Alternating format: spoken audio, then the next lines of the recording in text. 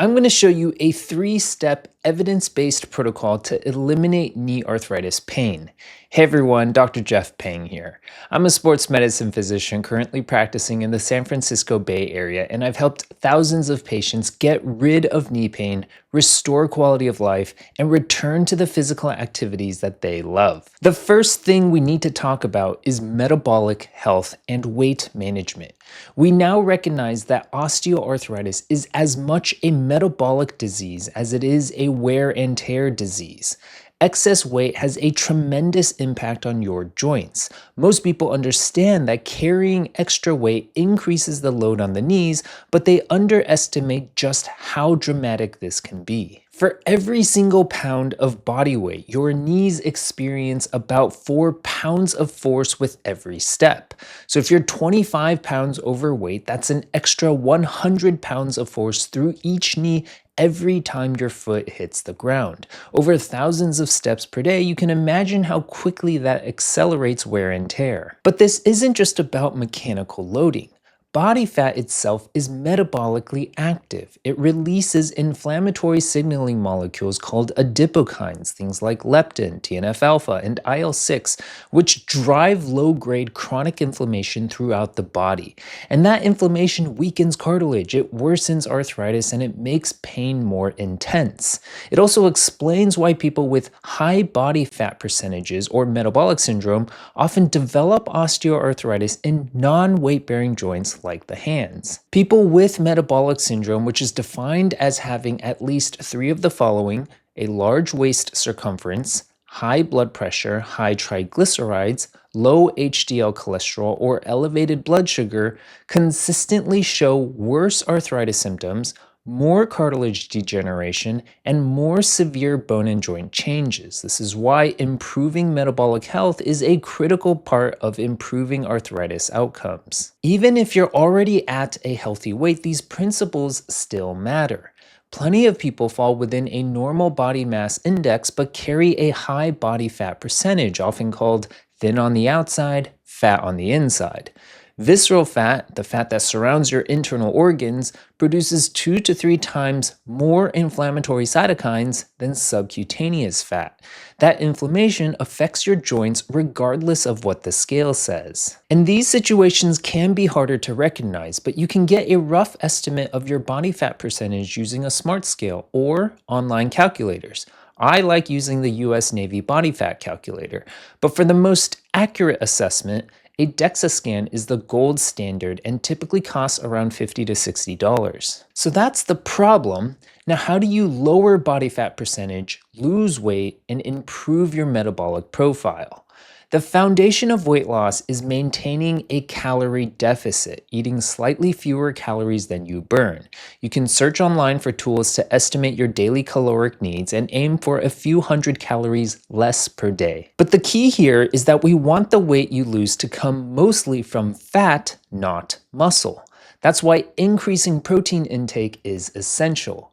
A good evidence-based target for most people is 0.55 to 0.75 grams of protein per pound of body weight per day. So if you weigh 150 pounds, that comes out to roughly 80 to 110 grams of protein daily. But what if you're overweight? Let's say you weigh 250 pounds. Using 0.55 to 0.75 grams per pound of your current weight gives you a range of 140 to 190 grams of protein per day, which is a lot. The problem here is that excess fat mass does not increase protein needs. Protein requirements are based on lean mass, not total body weight. So in this situation, it's more accurate to use your goal body weight for the calculation. So if your goal weight is around 200 pounds, then we take 0.55 to 0.75 grams of protein per pound, and your daily protein target now becomes 110 to 150 grams, which is a much better reflection of what your body actually needs to preserve muscle while you lose fat. Okay, that's protein, but the other half of the equation is dramatically reducing ultra-processed foods and added sugars. And this isn't just about calories. Ultra-processed foods are linked to higher levels of systemic inflammation, and inflammation is one of the main drivers of joint pain, cartilage breakdown, and worsening arthritis. Ultra-processed foods tend to combine added sugars, refined flours, industrial seed oils, and emulsifiers in a way that disrupts normal metabolism. Common examples include packaged snacks, sugary cereals, sodas, candy, frozen foods, frozen entrees, processed baked goods, and flavored coffee drinks. Research shows that these foods can spike post-meal glucose, increase insulin levels, alter gut microbiome diversity, and raise inflammatory markers like CRP, IL-6, and TNF-alpha. Added sugars amplify this effect by promoting oxidative stress, advanced glycation end products, and fat accumulation in the liver, all of which feed directly into chronic low-grade inflammation. And the more inflammation you have circulating in your system, the more sensitive your joints become, the more likely articular cartilage is to degrade over time. This is why getting rid of ultra-processed food isn't about dieting, it's about reducing the biochemical environment that keeps your joints irritated. And when it comes to weight loss, slow and steady truly wins. Crash diets are not sustainable and usually lead to muscle loss. Depending on where you're standing, a realistic maintainable target is 2 to 5 pounds of fat loss per month. That's the pace that supports metabolic health, preserves muscle, and actually keeps inflammation trending downward over time. Now, for people who genuinely struggle with appetite control or have a hard time losing weight despite lifestyle changes, it may be worth discussing GLP-1 medications with your doctor. And you've probably heard of these already. They include semaglutide, which is Ozempic and Wegovy, tirzepatide, which is Mounjaro or Zepbound, and other newer agents in the same class. These medications can significantly reduce appetite, improve metabolic health, lower systemic inflammatory markers, and help support sustainable weight loss. And while these medications can lead to impressive weight loss, we also need to be cautious.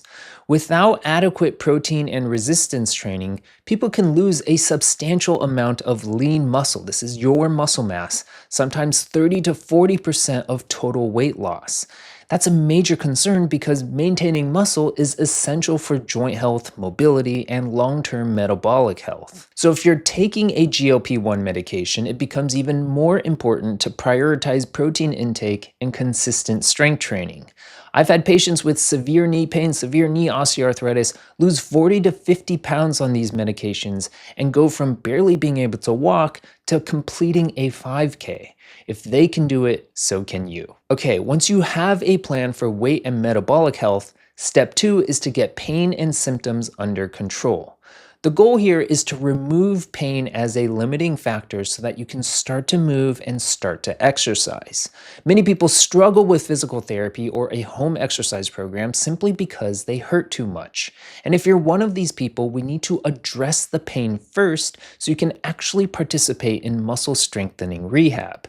This is where injection therapies come in, and platelet-rich plasma injections, or PRP, has rapidly become my go-to first-line option. Multiple meta-analyses show that PRP outperforms every other injection, including corticosteroids, which is cortisone injections, and hyaluronic acid, also known as viscosupplementation, when it comes to reducing pain and improving function in people with knee osteoarthritis.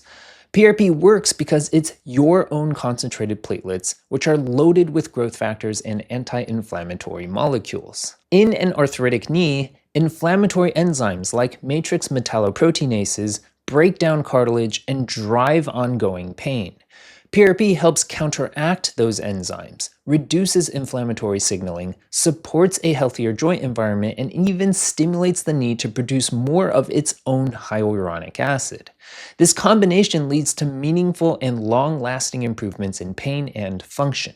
Some studies also suggest that PRP may slow structural progression of arthritis, though this is still an emerging area of research. Repeated PRP injections can have cumulative benefits, and many patients do well with yearly maintenance treatments to keep symptoms under control. PRP also has a strong response rate, typically around 80 to 90% in people with mild to moderate arthritis. A single high-dose injection often provides relief for close to a year. In more advanced arthritis, PRP can still help, but the duration often shortens to about 6 to 9 months. Results tend to last longer and feel more meaningful when combined with weight management and consistent exercise. PRP is generally very safe because it's derived from your own blood. The most common side effects are temporary soreness and swelling after the injection, but serious complications are exceedingly rare. The main downside is cost, since most insurances do not cover PRP injections. If PRP is not within your budget, hyaluronic acid injections are the next best option. They're not as effective as PRP, and the response rate is lower, around 60 to 70%, but for people where it does work, they can provide meaningful relief for about 4 to 6 months. They're also typically covered by Medicare and many insurance plans. With either injection, the goal is the same. Reduce pain enough so that you can consistently exercise, because exercise is what drives long-term improvement. And that's what leads us into step 3, which is exercise therapy. Now, it's a common myth that people with arthritis should avoid exercise, but the opposite is true. Movement is one of the most effective treatments for knee osteoarthritis. Walking is a simple, low-impact option that almost everyone can start. Aim for 7,000 to 8,000 steps per day, but build gradually. If you're currently at 2,000 or 3,000 steps, that's a perfectly fine starting point. Just increase a little at a time over the course of weeks, not days. Low-impact aerobic activity stimulates synovial fluid production. It improves joint lubrication and reduces pain. Because cartilage has no blood supply, joint motion is essential for nutrient delivery. And contrary to popular belief, movement actually supports joint health. Cycling is another excellent choice. It produces lower peak knee loads than walking and activates the quadriceps in a controlled, pain-friendly way. Many people with knee arthritis find that cycling improves pain and function even faster than walking. You can switch between the two, walking and cycling, or just stick with whichever one you enjoy most. Daily aerobic exercise also boosts cardiovascular and metabolic health. It improves mood and supports longevity. Now, the other really important component of exercise is strength training.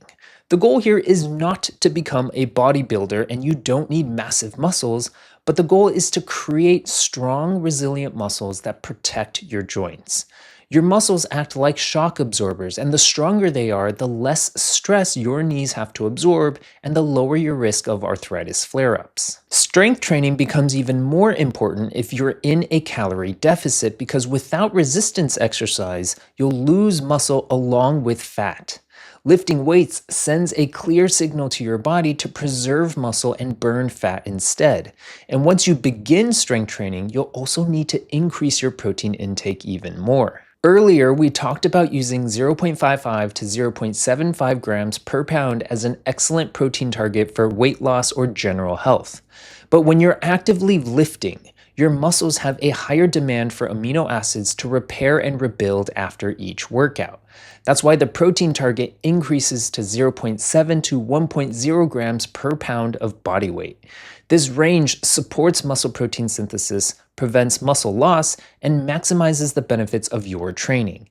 And if you're overweight, base this calculation on your goal body weight, because excess fat mass does not increase protein requirements. And in terms of what kinds of exercises you want to do, the most important muscles to target are the quadriceps and the glutes. Quadricep weakness is one of the strongest predictors of knee arthritis progression, and weak glutes contribute to dynamic valgus, which increases load on the inner part of the knee. Strengthening the hamstrings and calves also supports proper gait mechanics and improves shock absorption. If you're new to resistance training or dealing with significant pain, start with a simple bodyweight routine. If you're more advanced, move on to weighted exercises like goblet squats, step-ups, split squats, deadlift variations, and single leg work. Begin with 2 sessions per week, and as your pain and function improve, the goal is to apply the principles of progressive overload. Progressive overload simply means giving your muscles a slightly greater challenge over time so they continue adapting. The way this works is because the body increases muscle fiber recruitment, protein synthesis, tendon stiffness, and neuromuscular efficiency only when the demand placed on the tissues exceeds what it's already used to. You can overload gradually by increasing the weight, adding more reps, slowing down the tempo, improving range of motion, or adding an extra set. These small, consistent increases drive strength gains while keeping the load safe for arthritic joints. I've linked an example knee arthritis strengthening program here and in the video description. Now, strength training doesn't just help arthritis, it also has other benefits. It improves bone density, which has also been linked to osteoarthritis progression. It slows age-related muscle loss, it reduces the risk of falling, and it enhances your overall health span.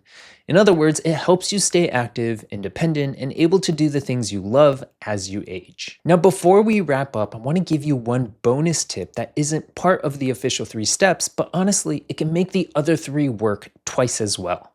And that's sleep. Most tissue repair happens during deep sleep, not during the day. And you want to get around 1 to 2 hours of deep sleep. And to do that, you generally need 7 to 8 hours of total sleep. Poor sleep raises inflammatory markers like IL-6 and CRP and makes your nervous system more sensitive to pain, and this means the same joint irritation feels much worse. Bad sleep doesn't just hold you back, it amplifies pain. I have a full deep dive video on how to improve sleep in the magic hour before bedtime, and it's linked in the description below. My patients who commit to improving their nutrition, lowering their body fat, walking 7,000 to 8,000 steps per day, and do strength training twice per week often see dramatic improvements in pain and mobility. But many people still hit a wall because their knee simply hurts too much to make progress, and that's where PRP can change everything. Earlier, I mentioned that PRP may be the single most effective treatment we have for improving pain and function in knee arthritis. But what we didn't cover is how the procedure actually works, what it feels like, and why it succeeds where other injections fail. So check out this next video where I'll break down the full science behind PRP for knee arthritis and show you exactly how it can help you finally move, exercise, and live with far less pain.